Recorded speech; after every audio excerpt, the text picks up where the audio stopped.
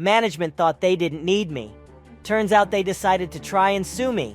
I was reminded of this story, so I figured I'd share, but I'm going to be intentionally vague with the industry for privacy reasons. Now, for some context, this company wasn't new. They had been around for about a decade before I was hired, and as far as I know, they're still around but not sure how they're doing now.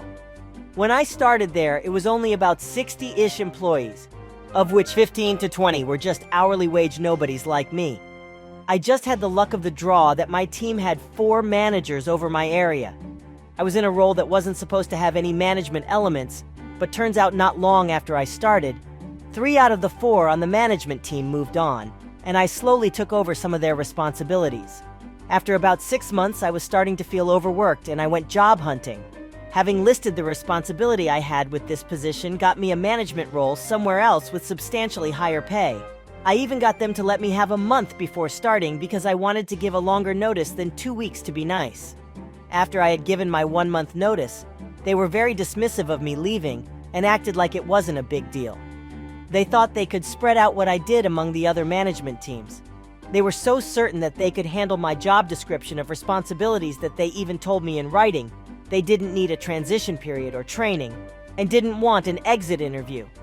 They even offered me a week early leave with pay because they just thought it was handled and that I was useless.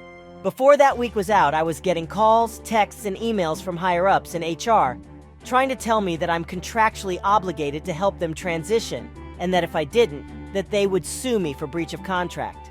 Now, the best part of this is that when I was hired, I was simply an hourly employee with no special contract, besides the standard employee agreement for hourly workers. But since I had started doing management-level work, everyone had assumed that I was made to sign the management contract, which had a clause in it that required management to work past their notice if the company requested it, for handover training or anything the person was working on that couldn't be finished by anyone else. So within a week, they were frantically trying to get me to help them, and I had already started working with my new company half a week early. So I was ignoring their calls, texts, and emails because I was diving headfirst into my new role.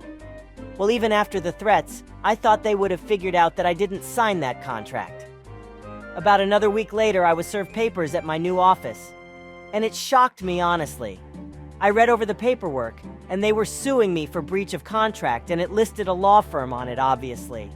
So I decided to call them up and ask them if they had a signed contract, and I was laughed off the phone by the law office clerk. I realized I shouldn't have called them and should have gotten my own lawyer. Just 3 days later, I received a certified letter from the law firm with an official apology for being served and had official documentation showing they dropped the lawsuit. And apparently, they dropped that company as a client for unethical practices. I never got another text, call, or email from anyone at that company or law firm. It felt nice that I shut down a lawsuit with a single question.